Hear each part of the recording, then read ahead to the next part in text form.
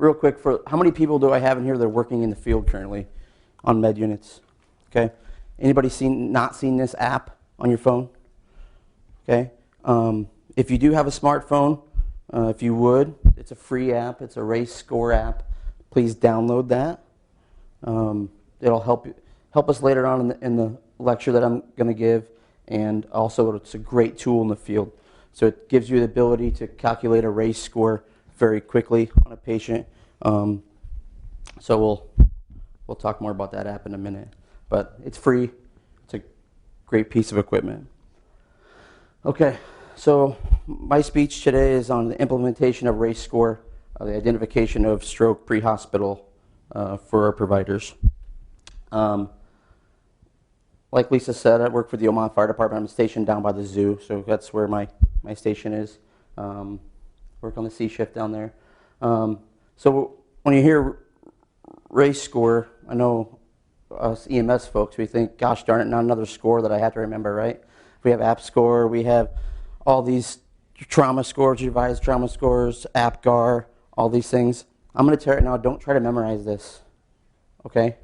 Please don't. If you're not a person that's in tech savvy and doesn't want to have an app on your phone, then find a blank one and make about 60 copies and put them in your med unit, okay? Fill this thing out, follow it, read it. It's just, you're going to get a way better reading if you don't try to memorize it and you just kind of follow through it. So, all right. My disclaimer, I received no political or financial gain from the mentioning of any products, services, or institutions. All right. So stroke, I'm going to cover some things here rather quickly. We've had couple presenters before me that did a really good job talking about pathophys and anatomy, so I'm going to kind of skip over my brief overview of my stroke stuff. But patient care goals when we're in the field, okay, now we're talking before we get to the hospital. We're going to try to detect neurological deficits. What's new, okay? Determine eligibility and transport to a capable stroke facility. Okay, Methodist being one of them, the Med Center being one of them. We're going to minimize on-scene time and increase oxygenation to patient if needed. And minimizing on-scene time for those of you providing is very important. Okay, so different strokes for different folks. Hemorrhagic stroke, okay? We all know that's a bleed in the brain, okay, caused by elevated blood pressure a long period of time. It can also be caused from trauma. Okay, ischemic stroke or embolic stroke. It's a blockage of a vessel leading to the brain by thrombosis or embolism. Once again, most of our strokes are going to be right here. TIA, stroke-like symptoms, basically self-resolve in 24 hours. All right. Okay. So patient management. Doesn't matter what your dispatch is, whether it's stroke, seizure, chest pain, we have to take care of our ABCs first. Just like no matter what it is when you bring a patient to you guys in the ER for your nurses, you always do your ABCs first. So we're always going to do our ABCs, airway, breathing, circulation, all right? Identify a disability if there's one present, okay? Into your assessment of your stroke, face, smile, grimace, arm drift, speech. You can't teach an old dog new tricks, okay? And pertinent history. This is huge for us in the field, okay?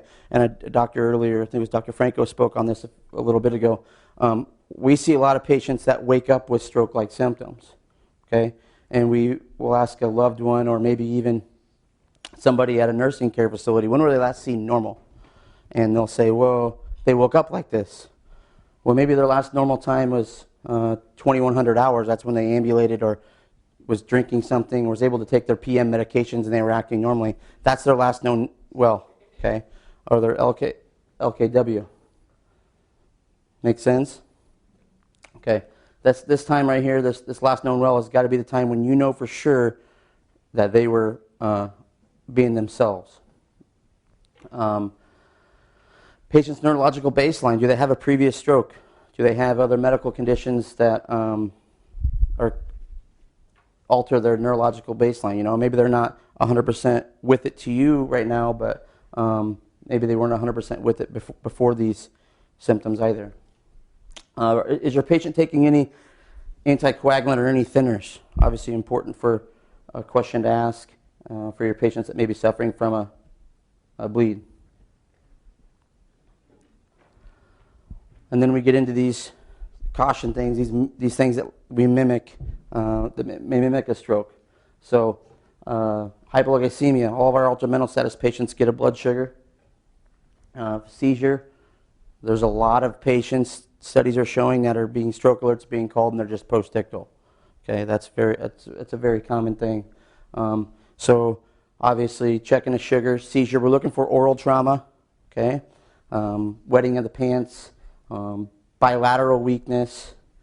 Doesn't mean that, you know, some stroke-like symptoms could have caused a seizure.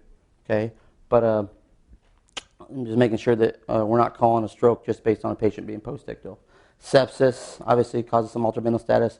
Migraine with the patient with chronic migraines, and then intoxication as well. Okay, so some benchmarks that are important for us in the EMS field to make sure that we're hitting is determining a last known well. Okay, that's one of the most important first things that we need to make sure we get done. When was this patient to be known well last? And that's the time, once that time is recorded, that's the time we're going to go with, and throughout their charting in the hospital is going to be their LKW as well.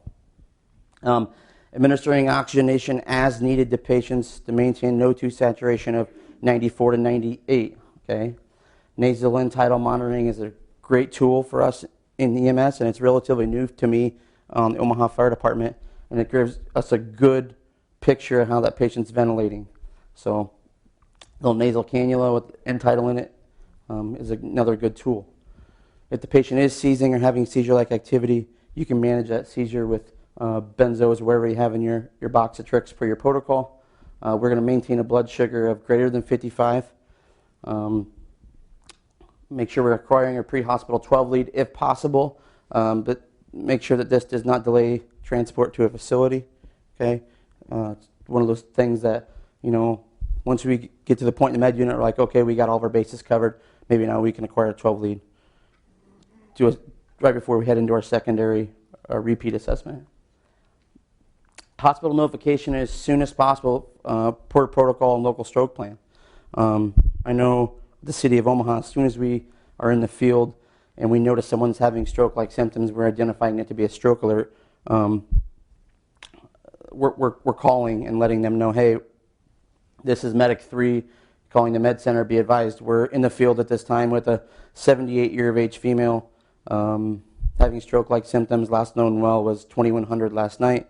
This is not your encode, just letting you know we're going to be coming out with the stroke alert. Okay? Why is that important to them? Because I might be 3 minutes from their facility. So as soon as I get in my bus and start running down the road, okay, I give them 3 minutes to basically prep the hallway if you guys are doing a stroke stop.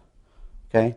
And the doctors, sorry, physicians, wherever you're at in here, they're like, I could take it or leave it. I don't care if you give me a heads up. But I'm yet to see a physician that's prepping everything in the hallway, right? That's out there running with like a chicken with their head cut off trying to get things ready. And this is kind of our way of trying to pay back the nurses and the techs saying, hey, I'll give you a little more time here. We'll give you more details here in a little bit. But we're calling a stroke alert. So this is one thing that I'm preaching to all our medics on the street, that we need to do a better job. Okay? And a lot of this heads up stuff come from our traumas. You know, as soon as we realize, hey, we're going to activate the trauma team, or we're going to do, the trauma team needs to be activated. We'll give them an ETA, because I don't know why they won't activate without an ETA, but they want an ETA, and just gets the ball rolling for everybody. Once again, I'll also throw in there too that this is not your encode. More information will follow, but just kind of a heads up saying there's a stroke coming in. Go ahead and get your stroke stop and ready the hallway.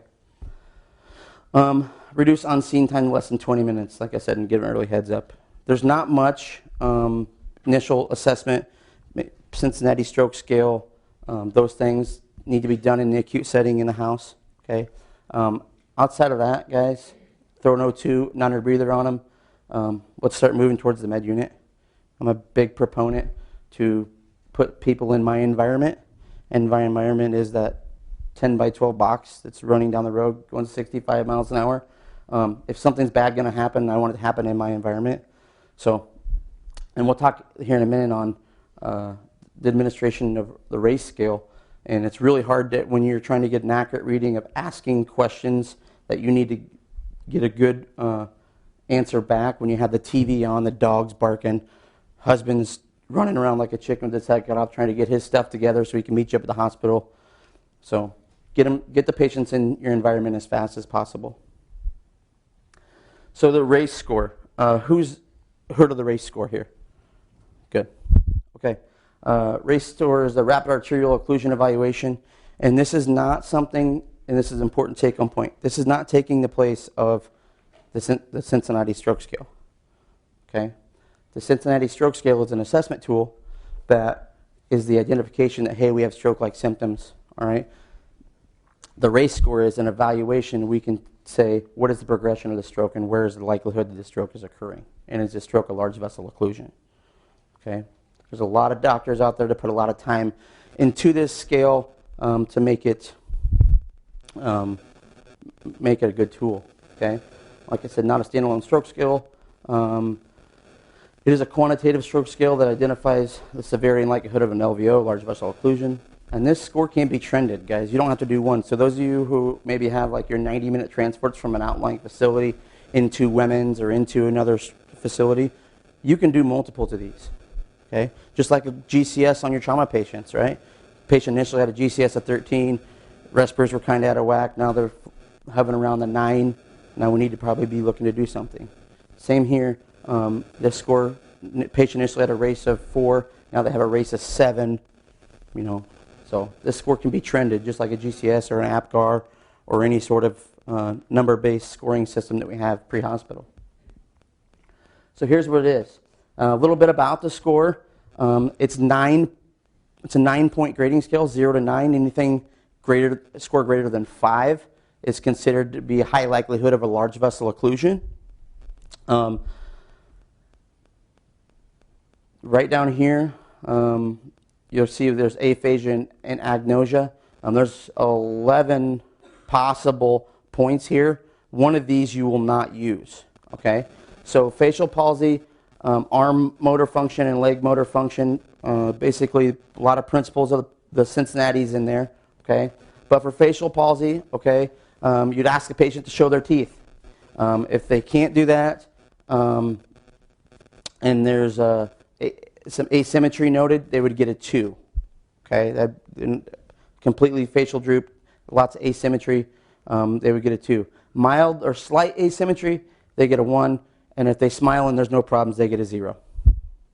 Okay, arm motor function, this is basically your arm drift test, like we've been doing for years. Okay, if they're sitting, then it's at 90 degrees. If they're laying flat, then it's at 45 degrees.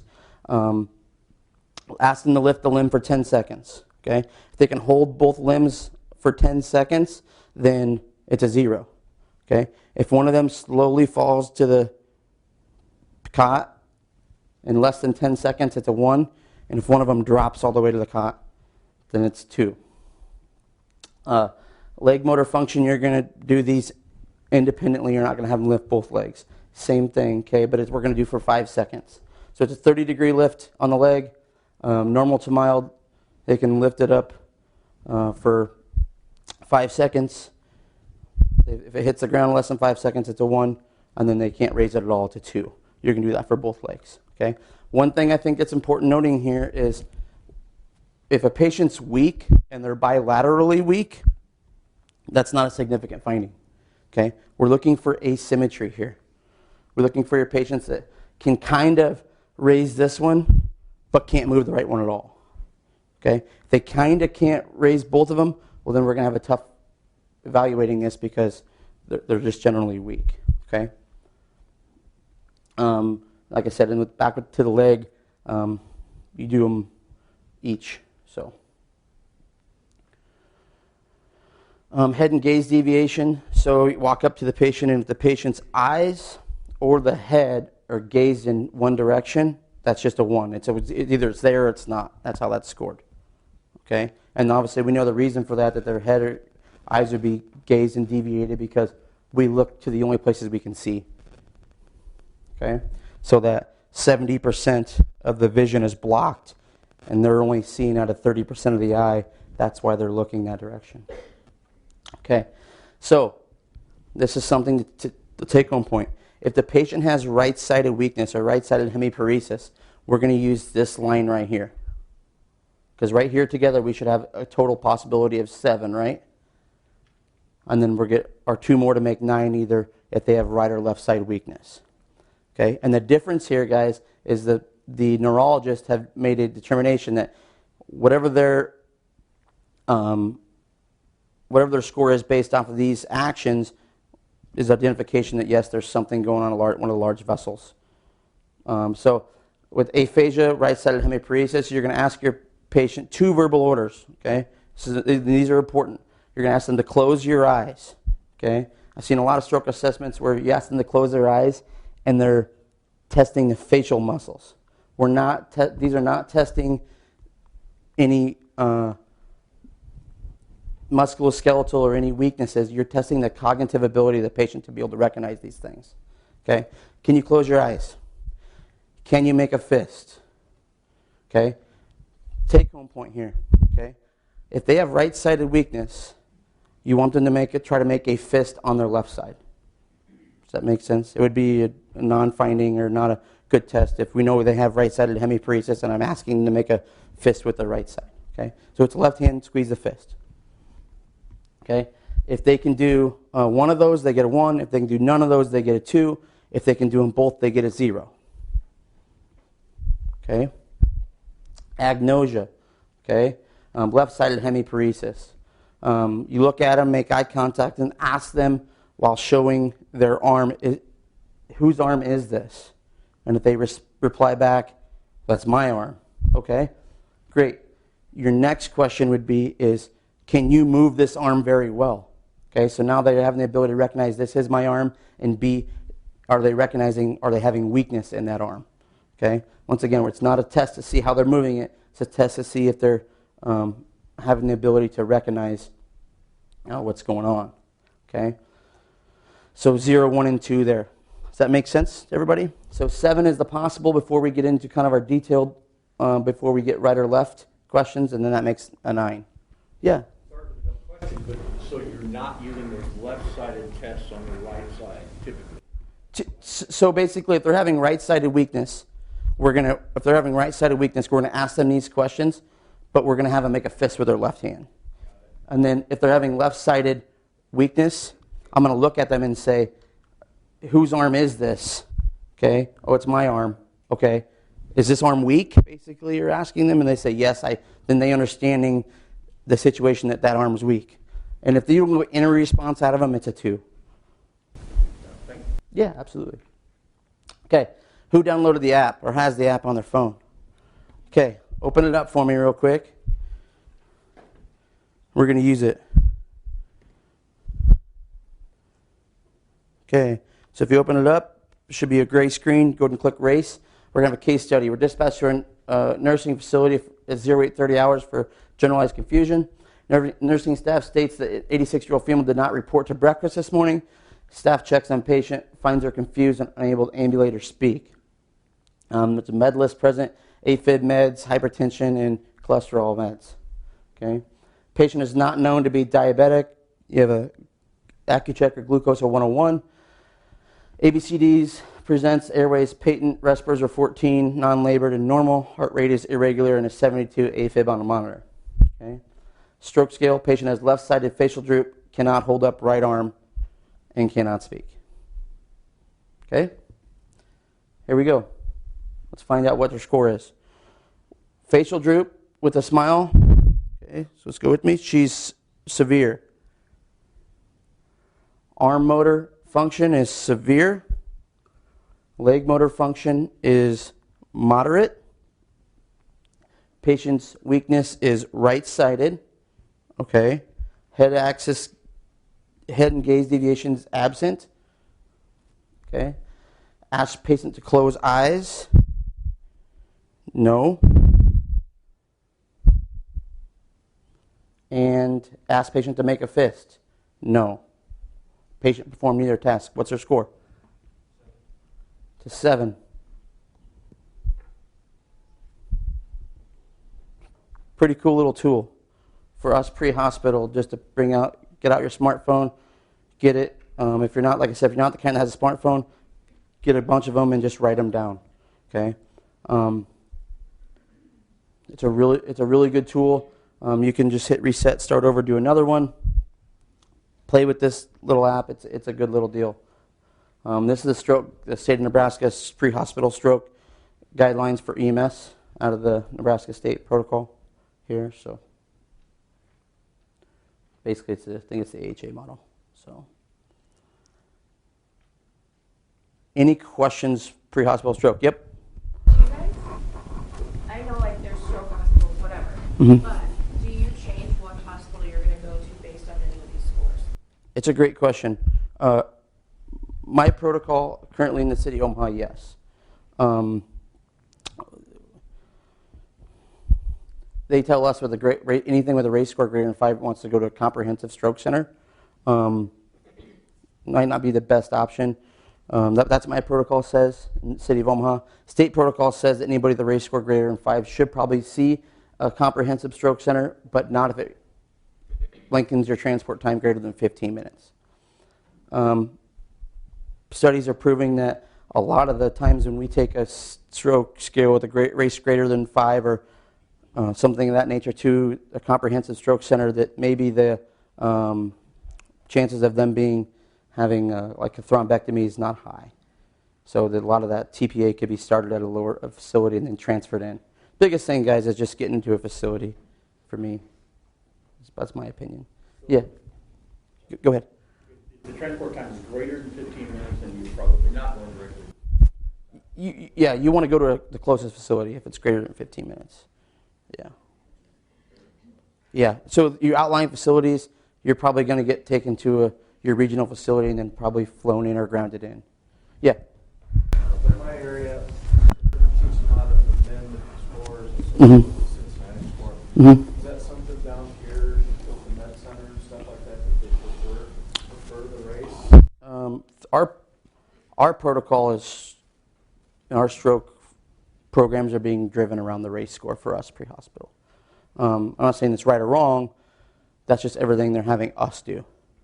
And I think there's a push nationwide on the correlation between pre-hospital stroke race and the likelihood of there being an LVO. So I can't speak on the other hospitals and stuff, but I know that like Methodist is having a big push for the race score. The Med Center, Bergen, down here. So, yeah. Differentiate in that scale with an old stroke patient? Great question. You don't. It's when you. I think it's important to have a good assessment, understand what their baseline is prior to today, and if the nursing staff says, "Hey, she's not acting any different," then you need to use caution, I would say.